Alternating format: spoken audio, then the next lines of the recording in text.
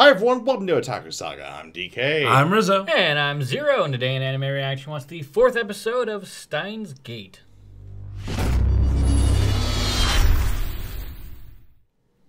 If you want to check out our reaction to the 4th episode of Steins Gate, hit that link in the description below.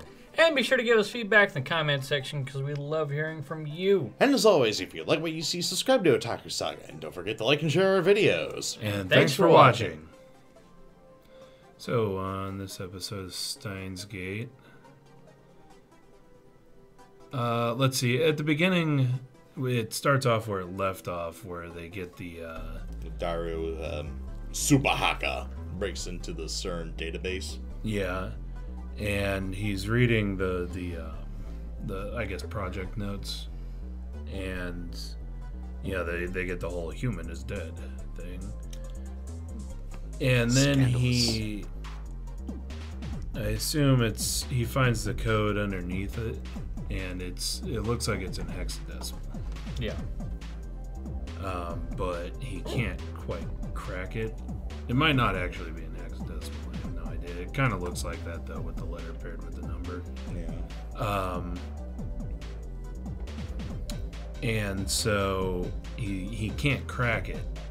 But as was mentioned in the previous episode, the only computer that can is the totally not IBM, 5100. Yeah. Because of it's the proprietary code they had back then when they made something. Yeah, basically it says in this episode that it can read a whole bunch of different computer languages that aren't really used that often anymore. Which I must say, when was Steins Gate released again? 2011. 2011? Right. So even as early as, say, the mid-late 90s, you had emulators which could run Windows on Macintosh. I have to call bullshit on that. I'm sure there's even as early as that time period I just mentioned, that someone would have found a way to decode some old one-off code. Yeah, I mean, if it really was just like a one-off code, I could see it. But at the same time, you're right. Like, I don't know. I would envision that somebody would be able to, but yes, I mean, someone who worked for IBM. I'm willing to roll with it, I guess. Yeah, I can roll with it. I mean, but the rest of the episode is basically the search is on for the IBM 5100. And it leads to a couple of ridiculous stops. Indeed. So let's see, where do we want to start with the ridiculous? Oh, first off, let's go ahead and talk.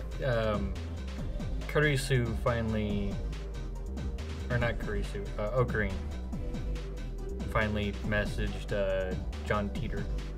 Oh yeah, he messaged John Teeter. Yep, and confirmed about the IBM 5100, and talked to John about talk to him a little bit about the things that they found in CERN. Yeah. So instead of a long and boring debate or dialogue, like I was expecting, it was short and actually rather glossed over. Yep. Yeah. Shame, really. Yeah, whatever. I can roll with it. Yeah, can roll. And then Get a lot with Kurisu in this episode, where she's still denying the time-traveling microwave phone. Finally figure out why, though. She has some sort of issue with the whole concept of time travel because of some deep-rooted daddy issues. which may include an obsession with the IBM 5100 as well. Yeah, because she seemed rather interested in that particular computer as well. I don't know. I couldn't quite tell if that was Okarine's voice or another voice that said that. Couldn't quite tell, but okay. it was very weird that right as she left the laundromat with, talking with Ocarine, that echoes of that conversation that literally just happened That was kind of weird. Yep. Let's see. Then Ocarine gets a tip from the cat maid girl.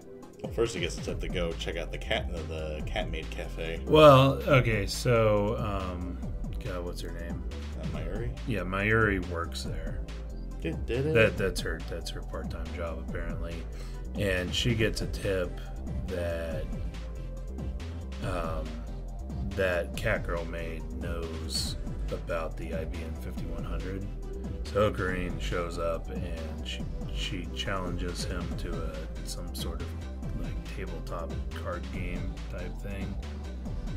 But apparently she's very good at it. Yeah, but the way that it was worded was that he needed to participate, and then she would tell him, rather than he needed to win. So, and then she would tell him. So he literally lost in the quickest fashion that he could. Leroy Jenkins. Literally with a move called self-destruction. G-Baku. G-Baku. Or G-Back. G-B-A-C-K. Ooh. I lost! Just like next frame. But she lets him know that her dad had an IBM 5100 like back in the day, and that now it was located in that shrine. The shrine with the trap.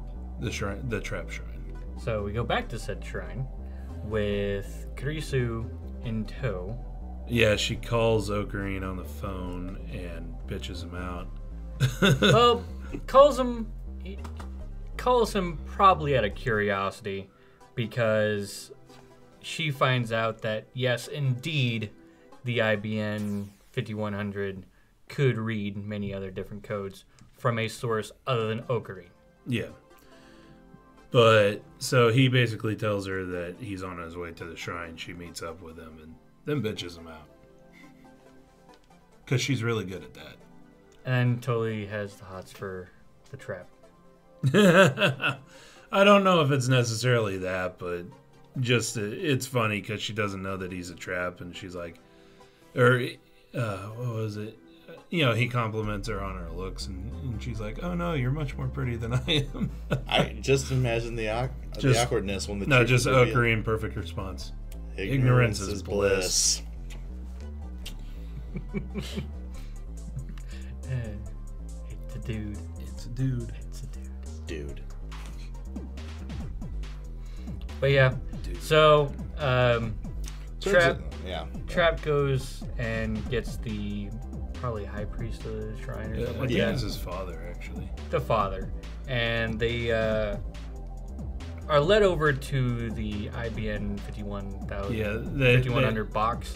Yeah, they have it stored away in a box in the shrine storeroom, and the priest says that 10 years ago he was told by a man that somebody would be here to get it, and it was very important that he get it. I don't think Ocarine's that young though. Just saying. But yeah. John Teeter from Another World line, perhaps. It was definitely interesting. Nice little clue, I guess, that something else is going on here. Little morsel. Little morsel. Wasn't very tasty though. I didn't get any good taste in them. Maybe that's a good analogy. Said earlier in our usual pre-discussion, before these discussions, that the series didn't have a whole lot of life to it. I don't think it has a whole lot of flavor to it. Which I have to say, false advertising, there has to be at least 23. I prefer do.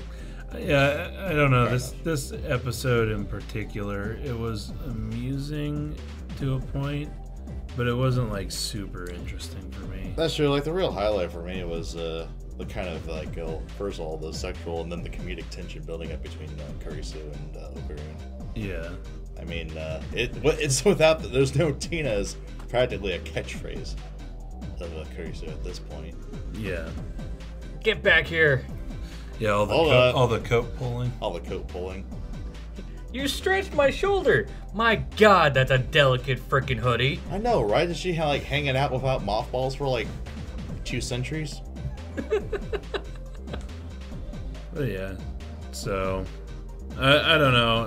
As people have told us, you know, this is, you know, between episode 3 and episode 7 is when it starts getting interesting for people. So It's definitely, it seems like it's taking its time to develop the story. well, get to its own the pace. other thing is that it is a 24 episode series, so it does have the time in order to start picking up a little bit. True. So So we'll give it that. yeah, We'll see what happens. But indeed.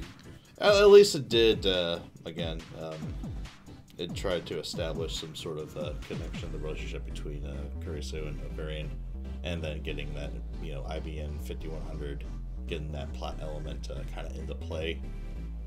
So, good amount of story and also development in this apparently the episode. computer is heavy as fuck. Well, yeah, it's a computer from early, what, 1980s? Late Early- Late 70s or early early 80s. 80s. I don't know. I suppose I those could always things- pull it up. Yeah, those things had like capacitors that were fucking Yeah, Right. it's transistors yeah. that was. Thick steel or aluminum cases. Well, cathode ray see, tubes now for I'm monitors. interested. Oh, okay. Actually, I'll look So- up the real thing. Yeah, the IBM 5100. Let's see Word. if it's a. Okay. Let us see. That's what we do. Important thing. IBM 5100. So 1975. 41 years ago. Good God. That price tag, 24 though. kilograms. 24 Jesus. $20,000 for it to read basic and APL. 64 kilobytes. How quaint. 20 grand. Ouch. Compare that to like car prices back then. You could probably get like 4 or 5 cars for that money. Good God. Interesting. But 24 24 kilograms, though. Yikes. All right, so heavier than what I said in the reaction. Yeah. It's 42 pounds. Damn. No wonder they were struggling with it. Especially considering that they're both little weakling scientists. I'm just saying, neither of them Stereotypical have any nerdy. muscle mass. Stereotypical nerdy characters. Well, I wouldn't necessarily say stereotypical nerdy. No, that's super hacka. Super hacker. But Super. definitely probably hasn't seen the gym in their lives. What's in gymnasium? But yeah, anyway, let us know what you thought of our reaction and what you thought of the anime in the comment section below. Thumbs up if you like it. Thumbs down if you don't. But that's going to do it for this episode of Anime Reaction. I'm DK. I'm Zero. And I'm Rizzo. See you next time. And go ahead and click on my face to go to our most recent Otaku Saga Talks. Click on my face to go to Otaku Saga Gaming, our gaming channel. And click on the waifu to subscribe to Otaku Saga and check out our new and improved Patreon page.